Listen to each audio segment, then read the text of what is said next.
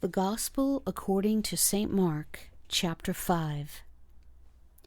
And they came over unto the other side of the sea, into the country of Gadarenes.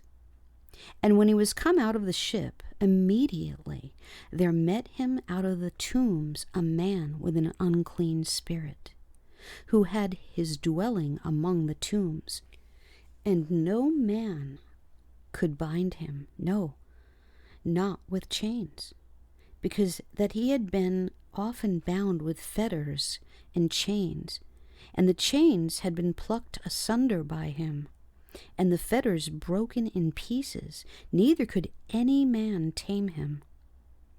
And always night and day he was in the mountains, and in the tombs, crying and cutting himself with stones. But when he saw Jesus afar off, he ran and worshipped him, and cried with a loud voice, and said, What have I to do with thee, Jesus, thou Son of the Most High God? I adjure thee by God that thou torment me not. For he said unto him, Come out of the man, thou unclean spirit. And he asked him, What is thy name? And he answered, saying, My name is Legion, for we are many.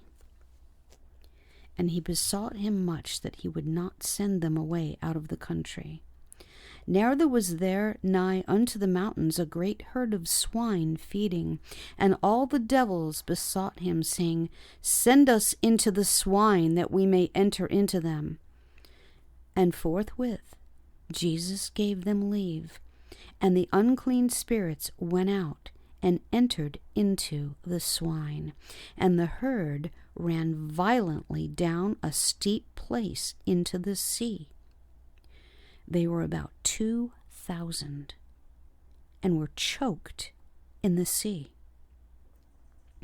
And they that fed the swine fled, and told it in the city and in the country, and they went out to see what it was that was done.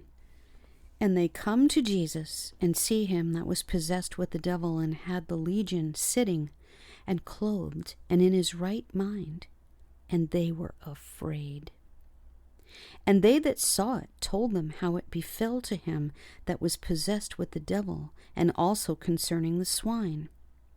And they began to pray him to depart out of their coasts. And when he was come into the ship, he that had been possessed with the devil prayed him that he might be with him. Howbeit Jesus suffered him not, but saith unto him, Go home to thy friends, and tell them how great things the Lord hath done for thee, and hath had compassion on thee. And he departed, and began to publish in Decapolis how great things Jesus had done for him, and all men did marvel. And when Jesus was passed over again by ship unto the other side, much people gathered unto him, and he was nigh unto the sea. And behold, there cometh one of the rulers of the synagogue, Jairus by name. And when he saw him, he fell at his feet, and besought him greatly, saying, My little daughter lieth at the point of death. I pray thee, come and lay thy hands on her, that she may be healed, and she shall live. And Jesus went with him, and much people followed him and thronged him. And a certain woman which had an issue of blood 12 years, and had suffered many things of many physicians, and had spent all that she had, and was nothing bettered, but rather grew worse, when she had heard of Jesus, came in the press behind, and touched his garment. For she said, If I may touch but his clothes, I shall be whole. And straightway the fountain of her blood was dried up, and she felt in her body that she was healed of that plague. And Jesus, immediately knowing in himself that virtue had gone out of him, turned him about in the press, and said, Who touched my clothes? And his disciples said unto him, Thou seest the multitude thronging thee, and sayest thou, Who touched me? And he looked round about to see her that had done this thing. But the woman, fearing and trembling, knowing what was done in her, came and fell down before him, and told him all the truth. And he said unto her, Daughter, thy faith hath made thee whole. Go in peace, and be whole of thy plague. While he yet spake, there came from the ruler of the synagogue's house certain which said, Thy daughter is dead. Why troublest thou the master any further? As soon as Jesus heard the word that was spoken, he saith unto the ruler of the synagogue, Be not afraid, only believe.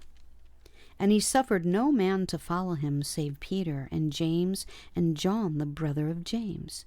And he cometh to the house of the ruler of the synagogue, and seeth the tumult, and them that wept and wailed greatly. And when he was come in, he saith unto them, Why make ye this ado and weep? The damsel is not dead, but sleepeth. And they laughed him to scorn. But when he had put them all out, he taketh the father and the mother of the damsel, and them that were with him, and entereth in where the damsel was lying. And he took the damsel by the hand, and said unto her, Talitha cumi, which is, being interpreted, Damsel, I say unto thee, arise. And straightway the damsel arose and walked, for she was of the age of 12 years. And they were astonished with a great astonishment. And he charged them straitly that no man should know it, and commanded that something should be given her to eat.